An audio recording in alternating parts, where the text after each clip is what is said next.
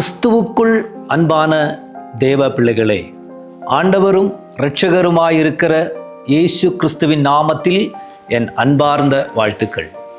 இந்த காலை நேரத்திலும் உங்களோடு தேவனுடைய வார்த்தையை பகிரும்படி கர்த்தர் எனக்கு கொடுத்திருக்கிற இந்த நல்ல நேரத்திற்காக நான் கர்த்தருக்கு நன்றி செலுத்துகிறேன். இந்த நல்ல நாளிலும் நீங்கள் ஆசீர்வாதமாய் இருக்கிறீர்கள் என்று நான் கிறிஸ்துவுக்குள் நம்பியிருக்கிறேன்.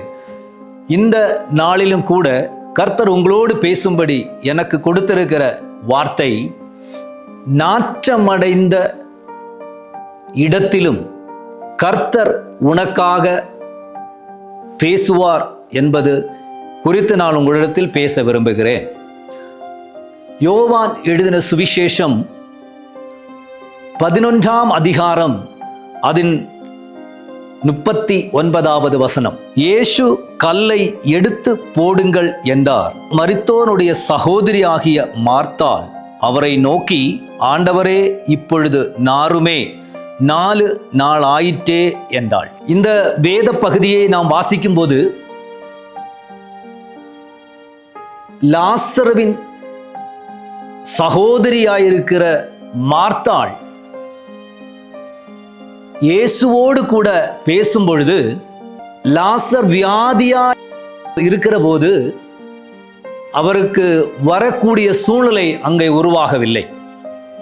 லாசர் மரித்த 4 நாட்கள் ஆன பிறகு இயேசு அந்த இடத்தில் வருகிறார், அந்த பட்டணத்திற்கு வருகிறார். மார்த்தாள் ஓடி இயேசுவை நோக்கி எதிர்கொண்டு போய் வரவேற்று, அந்த லாசருவை எங்கே வைத்திருக்கிறீர்கள் என்று கேட்டு அந்த இடத்திற்கு போகிறார்கள். போகும் பொழுது ஆண்டவர் அந்த கல்லறைக்கு முன்பாக இயேசு கிறிஸ்து நின்று கொண்டு சொல்கிறார், இந்த கல்லை உருட்டி மாற்றுங்கள் என்று சொல்கிறார். அப்பொழுது மார்த்தாள் சொல்கிறாள், ஆண்டவரே, 4 நாள் ஆகிவிட்டது, நாருமே என்று சொல்கிறார். என்னை கேட்கிற தேவனுடைய பிள்ளையே, நாம் வாழ்க்கையில் நாம் உடன் பிறந்தவர்களாயிருந்தாலும், நம்முடைய வாழ்க்கையில் நாம் குடும்பத்தினர்களாக இருந்தாலும், நம்மோடு சேர்ந்து வருவதற்கு ஒரு வழிமுறை இருக்கிறது. அதற்கு மேலாக யாருக்கும் நம் இடத்தில் வர முடியாது. யாருக்கும் நம்மை உதவி செய்ய முடியாது.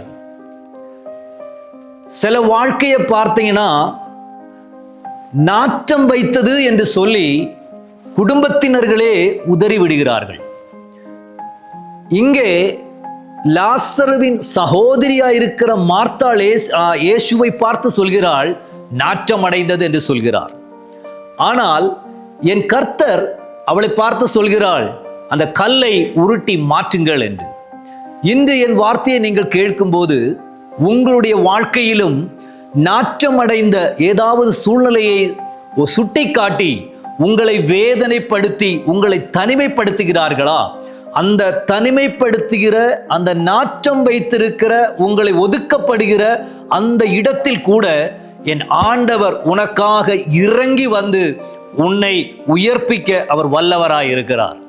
என்னை கேட்டுக்கொண்டு இருக்கிற யாராவது இன்றைக்கு இந்த நிலைமையில் இருந்தீங்கன்னா, உங்களை பார்த்து இன்னைக்கு ஆண்டவர் வெட்கமாக சொல்கிறார், உன்னுடைய ஒதுக்கப்பட்ட அந்த சூழ்நிலையை, உன் உறவினர்கள் போலும் உன்னை மறுதலிக்கப்பட்ட அந்த சூழ்நிலையை கர்த்தர் மாற்றி உன்னை ஆசீர்வதிக்க, அவர்கள் முன்பாக உன்னை எடுத்து நிறுத்த என் தேவன் உன்னோடு செயல்பட அவர் வல்லவராய் இருக்கிறார். இந்த வார்த்தையின் நாம் ஏற்றுக்கொண்டு அவர் சமூகத்தை நாம் நிலைத்து நிற்போம் என்றால் தேவன் நம்மை மகிமைப்படுத்த அவர் வல்லவராக இருக்கிறார். இந்த நல்ல நாளிலும் இந்த வார்த்தையினால் கர்த்தர் உங்களை ஆசீர்வதிப்பாராக நான் உங்களுக்காக ஜெபிக்கிறேன்.